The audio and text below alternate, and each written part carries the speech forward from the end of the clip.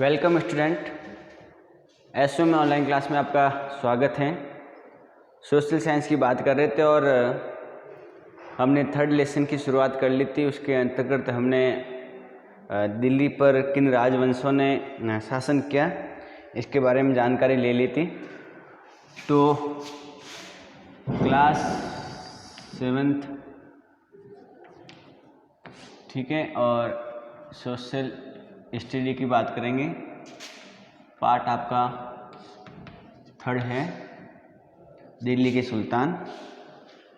अपने ये पढ़ा था कि जो दिल्ली पर जिन राजवंशों ने शासन किया है, किस प्रकार दिल्ली से उनके आसपास क्षेत्रों में उन्होंने धीरे धीरे अपनी सत्ता स्थापित की, किस प्रकार उन्होंने किलेबंदी की, किस प्रकार उन्होंने जंगलों को काट करके वहाँ पर नए शहर बसाए, वहाँ पर नई किलेबंदी की, वहाँ पर गैरिसन शहर बसाए, उनके बारे में जानकारी हमने ले ली थी।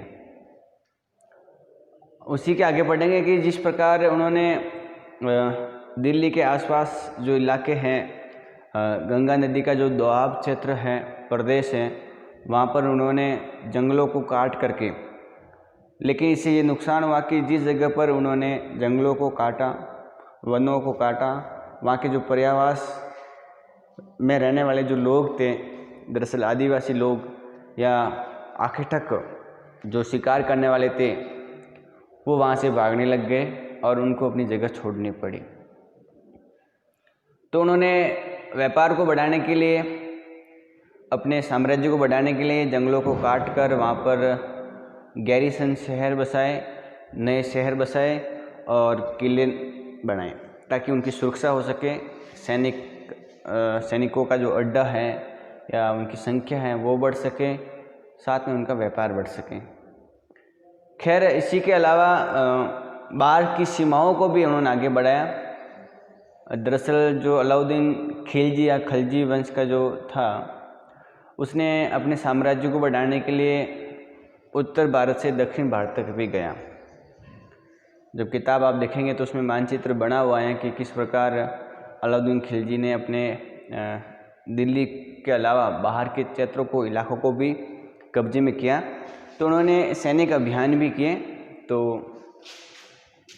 इसके अंदर पढ़ेंगे कि जो सैनिक अभियान किए अलाउद्दीन खिलजी ने, सैनिक अभियान।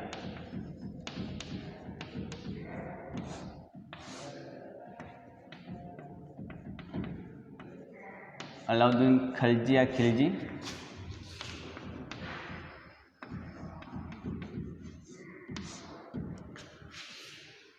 उनको लगता था कि जब सैनिक अभियान करेंगे तो ताकि उनकी संख्या बढ़ सके, उनके सैनिक अभियान के तहत उनके व्यापार को भी बढ़ाया जा सकता है। और जो अलाउद्दीन खिलजी के अलावा मोहम्मद तुगलक थे, उसने भी अपने सैनिक अभियानों के तहत अपने क्षेत्र और साम्राज्य को बढ़ाया। और यहाँ तक कि जिस जगह पर वो सैनिक अभियान में जाते, वहाँ अगर युद्ध में जीत जाते तो वहाँ से मूल्यवान वस्तु को लेते, नए नए गुलाम बनाते, नई नई वस्तु वहाँ से छीन लेते और इस प्रकार से मूल्यवान धातु को भी वो अपने कब्जे में कर लेते। तो जिस जगह पर वो गए हैं, जैसे मान लो सैनिक अभियान के तहत वो किसी क्षेत्र प्रदेश में गए, वहाँ पर अगर उनकी जीत हो जाती है तो वहाँ से वो मूल्यवान धातु ले लेते अपने कब्जे में।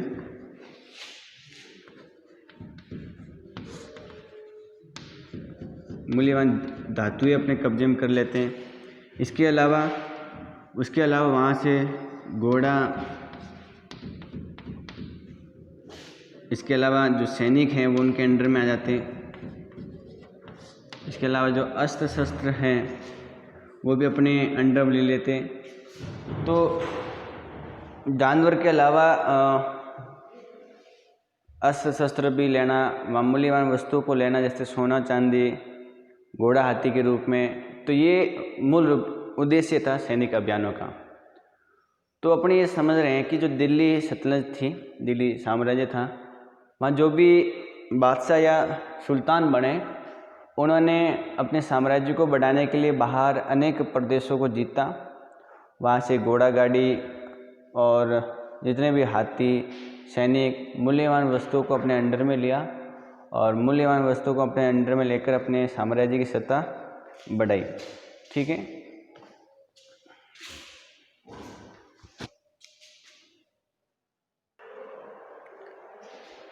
तो सैनिकों के बारे में पढ़ रहे थे कि सेनाएं बढ़ाने के लिए, अपने सीमाओं को बढ़ाने के लिए वो सैनिक अभियान कर रहे थे, और जिसके तहत जिस जगह पर, जिस प्रदेश पर अगर उनकी जीत हो जाती है तो वहाँ से हाथी घोड़ा और मूल्यवान वस्तुओं को ले लेते। तो इस प्रकार अलाउद्दीन खिलजी और मोहम्मद तुगलक ने भी इस प्रकार से अभियान किए। लेकिन जब सैनिक अभियान करते थे और शुरुआती दौर में उनके जो सैनिक हैं वो कमज़ोर होते थे, तो जो सैनिक अभियान में जो सैनिक हैं शुरुआती दौर में सैनिक कैसे थे, कमज़ोर थे, उनको कुछ आता नहीं था, उनको ज़्यादा प्रशिक्षण भी नहीं दिया हुआ था, ट्रेनिंग भी नहीं दी हुई थी। लेकिन जैसे जैसे उनके अभियान बढ़ते गए, उन्होंने कई युद्ध जीते और अपने सैनिकों की संख्या बढ़ाई। और दरअसल उनका मेन उद्देश्य ये भी था कि उन्होंने विशेषकर जो निचले वर्ग के जो लोग थे उनको उच्च पद पर बैठाया और उनको भी ट्रेनिंग देना शुरू कर दिया। और एक तरह से हम ये माने कि लगभग 150 वर्ष बाद ये जो सैनिक कमज़ोर थे वो मजबूत और प्रशिक्षण युक्त होने लग गए थे। तो ये भी याद रखना है कि शुरुआती दौर में जो दिल्ली सल्तनत के जो बादशाह या सुल्तान थे, उनके जो सैनिक अभियान थे, वो सैनिक अभियान के अंतर्गत जो सैनिक थे उनकी जो ताकत एक तरह से कम थी, कमज़ोर थे बाकी, लेकिन धीरे धीरे सुधरते गए और सुधरना वाजिब है। समय के साथ में सैनिकों की ताकत में सुधार भी हुआ और धीरे धीरे उन्होंने कई शहरों पर कब्जा किया और युद्ध किए।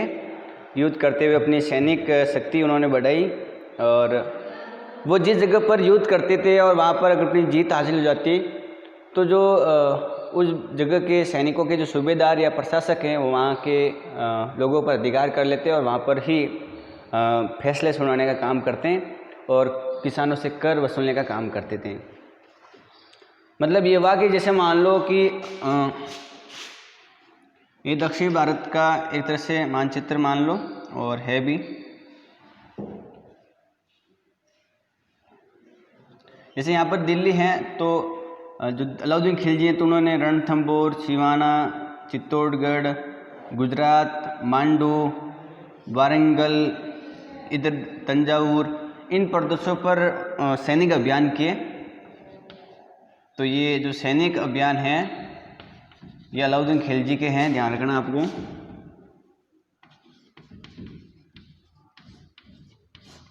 ठीक है, तो धीरे धीरे इनके प्रदेशों पर इसका दबदबा है वो बढ़ता गया था और धीरे धीरे इनकी सैनिक शक्ति बढ़ती गई।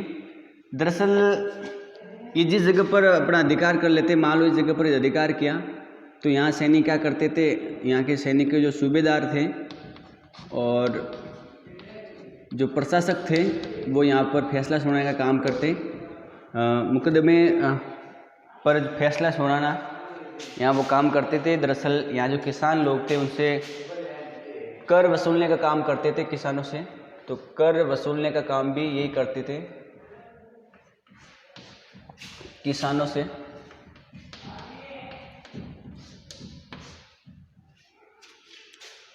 तो इस प्रकार से इनका धीरे धीरे नियंत्रण और प्रभाव बढ़ता जा रहा था भारत के अंदर।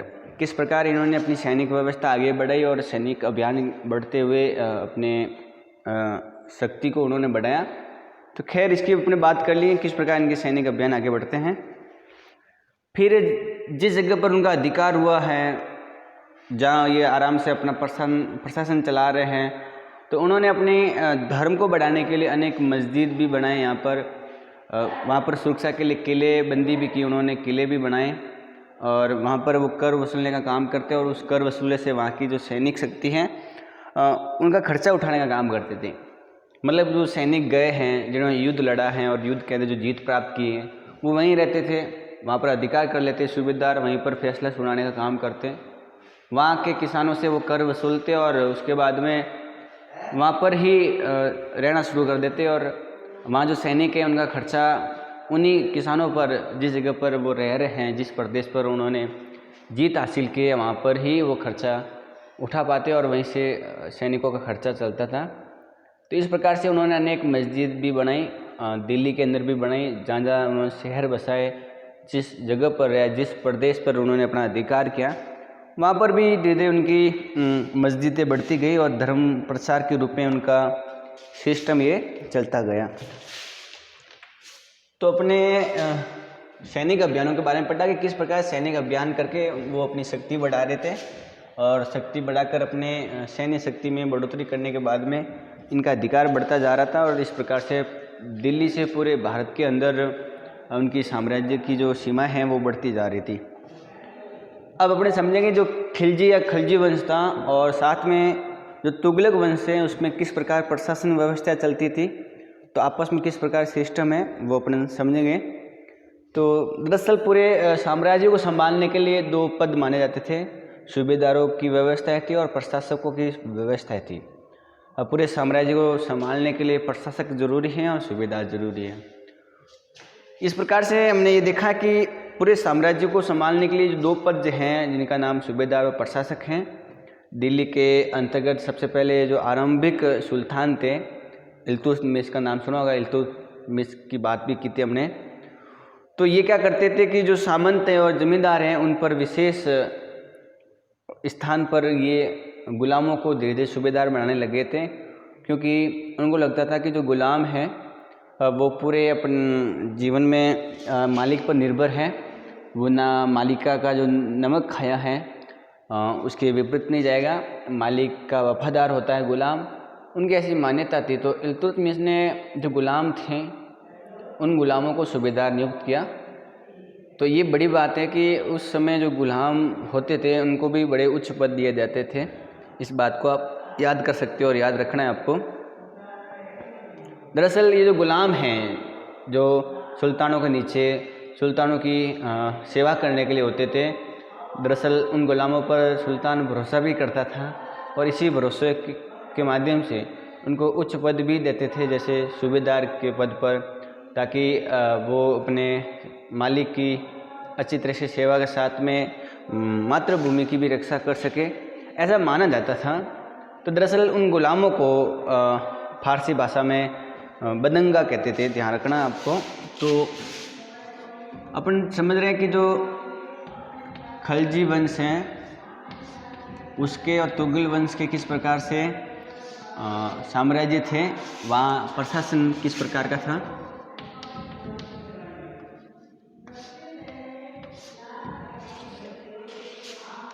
ठीक है, तो ये बात समझ रहे हैं कि ये अपने साम्राज्य को संभालने के लिए, चलाने के लिए एक तरह से सूबेदार की व्यवस्था होती थी।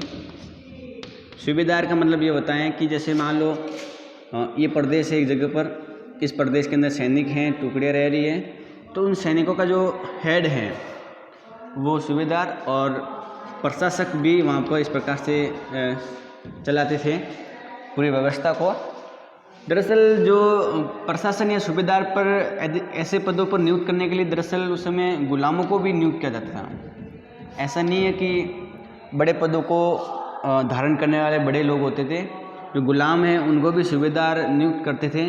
इल्तुतमिश ने भी ऐसा काम किया है और उनको लगता है कि गुलाम विश्वास पात्र लोग होते हैं, तो इस प्रकार से उन गुलामों को उस समय फारसी भाषा में बदंगा कहते थे, ध्यान रखना आपको। तो ये सब ध्यान रखना है कि गुलामों को फारसी भाषा में क्या कहते हैं, बदंगा कहते हैं। वो गुलाम जिनको उच्च पद दिए जाते थे, तो ये बात आपको याद रखनी है। ठीक है, गुलामों को सैनिकों की सेवा के लिए और राजा की सेवा के लिए खरीदा जाता था, बेचा जाता था और उनको राजनीतिक पदों पर भी बैठाया जाता था, लेकिन उनको उच्च पद देने से पहले उनको ट्रेनिंग दी जाती थी किस प्रकार से आपको काम करना है और एक तरह से विश्वास के पात्र होते थे। ये बात आपको ध्यान रखनी है।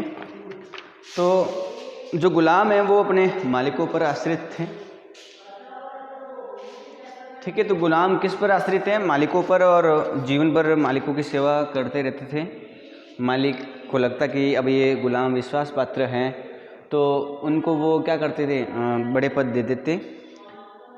खैर, निम्न वर्ग को जब बड़े पद मिलते थे जिन गुलामों को उच्च पद पर बैठाया जाता था, तो जो उच्च वर्ग के लोग हैं उनको जलन सी होती थी, उनको बुरा लगता था कि हम उच्च वर्ग के लोग हैं और ये निम्न वर्ग के गुलाम ये हमारे पद धारण कर रहे हैं, हम इनको पसंद नहीं करते हैं, और वो हटाने की कोशिश भी करते हैं गुलामों पर बेमतलब से और बेवजह से अनेक दोष ठहराने की कोशिश करते हैं ताकि राजा का वो विश्वास खो बैठे और गुलामों को हटा सके।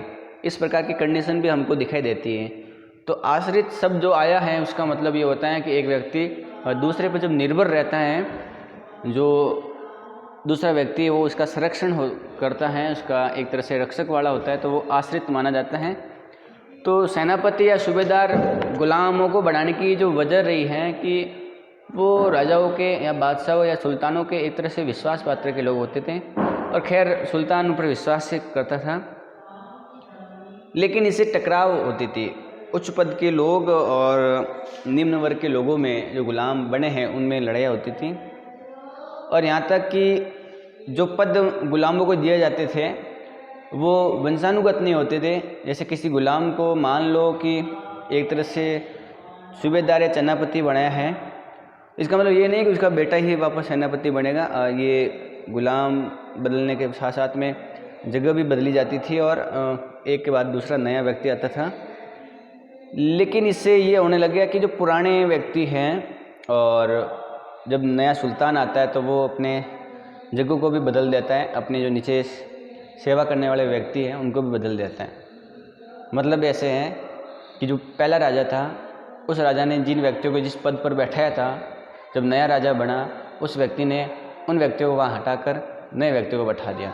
इसका मतलब ये हुआ कि जो व्यक्ति जिस पद पर हैं, राजा हैं तब तक बना रहा है, और कोई ज़रूरी नहीं कि वो दूसरा राजा जब आएगा उसके समय भी उस पद पर रहेगा। दूसरा जो सुल्तान अगर आता है तो उसको अपनी जगह छोड़नी पड़ सकती है और सुल्तान उस जगह पर नए व्यक्ति को बैठा सकते हैं। इससे ये होता है कि जो पहले व्यक्ति हैं जो पहले से उस काम को संभाल रहे हैं, अब जो नए व्यक्ति हैं आए हैं वो इससे दुखी हैं और इस कारण इनके बीच में लड़ाई भी होती हैं। तो आपको ये बात समझनी है कि जो सुल्तान हैं उन सुल्तान के अंतर्गत जो नए सुल्तान आए हैं, अगर सुल्तान बदलता है तो जो पद हैं उन पद पर रहने वाले लोगों की अंदर भी उस पद की जगह भी चेंज हो जाती है। खैर सुल्तान पर डिपेंड करता है। इस प्रकार से पुराने और नए सरदारों के बीच में टकराव हो जाता है। ये बात आपको ध्यान में रखनी और याद रखनी है। मतलब ये हुआ कि बादशाह बदल रहा है, सुल्तान बदल रहा है तो पद बदल रहे हैं, और सुल्तान चाहे तो गुलामों को या निम्न वर्ग के लोगों को उच्च पद दे, जिससे जो उच्च वर्ग के लोग हैं उनको खराब लगता है। श्योर बात है। तो इस प्रकार से जो फारसी के जो तवारीख हैं, जो तवारीख लिखने वाले जो लेखक हैं, उन्होंने निचले खानदान लोगों को जब उच्च पद दिया जाता था तो उन्होंने राजाओं की, दिल्ली के सुल्तानों की क्या की, आलोचना भी की है, निंदा की है कि ये सही बात नहीं है कि दिल्ली के सुल्तान उच्च वर्ग के लोग होते हुए निम्न वर्गों को बड़े पद देना। इसलिए उन्होंने जो तवारीख लिखते थे, मैंने तवारीख के बारे में काफ़ी कुछ बताया था आपको, तो तवारीख के जो लेखक होते थे उन्होंने जो तवारीखें लिखी उसमें सुल्तानों की इस प्रकार की निंदाएं की हैं, आलोचनाएं की कि सुल्तान उच्च वर्ग के लोग होते हुए भी निम्न वर्ग के लोगों को उच्च पद पर बैठाना, इस हिसाब से वो आलोचना भी करते थे। उनको दरअसल वो निचला खानदान के लोग मानते थे, उसमें गुलाम भी आ जाते थे और भी अन्य वर्ग के लोग होते थे। तो ये बात आपको ध्यान में रखनी है और याद रखनी है किस प्रकार से उस समय की कंडीशन थी। लेकिन अपन बात कर रहे हैं खिलजी और तुगलक शासकों की, तो इनके भी अलग अलग सिस्टम था। भिन्न भिन्न आकार के इलाके होते थे और सूबेदार को नियुक्त किया जाता था। तो जिस प्रदेश पर उनका अधिकार है, जैसे मान लो दिल्ली के अंदर सुल्तान बैठा है तो वहाँ सुल्तान है ही है, वहाँ पर भी सूबेदार होता।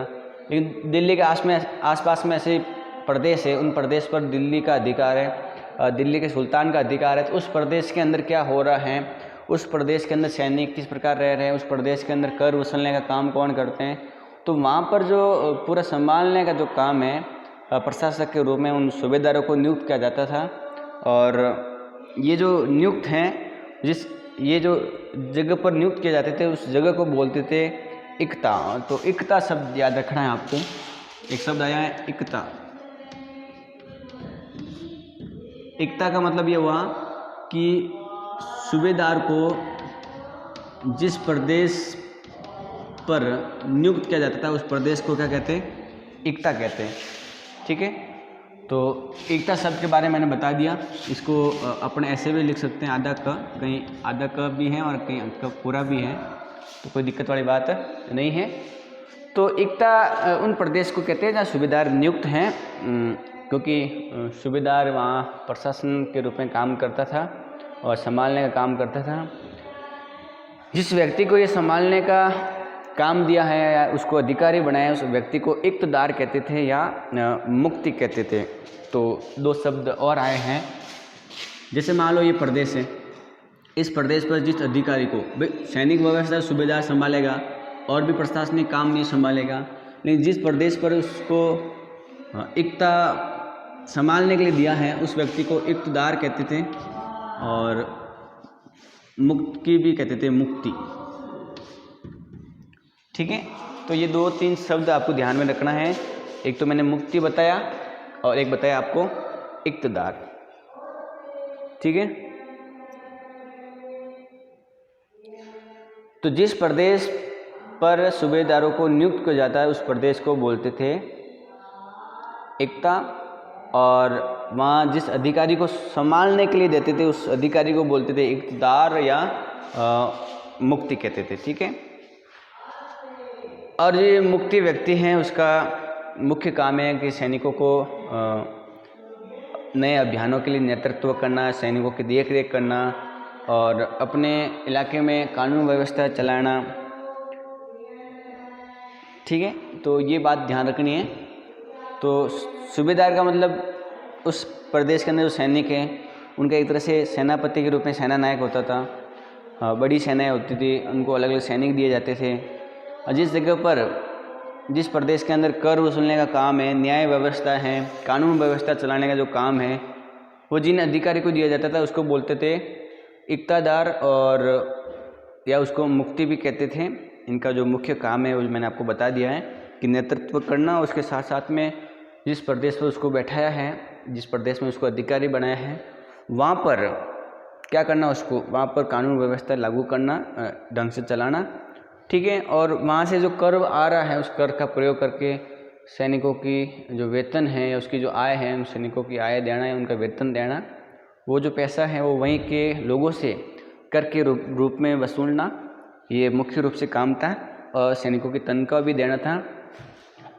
लेकिन जो सैनिक हैं जिस जगह पर, और जिस जगह पर ये इक्तदार या इक्तादार हैं, मुक्ति, जिसको मुक्ति कहते हैं, उन पर भी एक तरह से नियंत्रण होता था, और जो दिल्ली से या एक तरह से राजाबाद से सुल्तान के द्वारा होता था।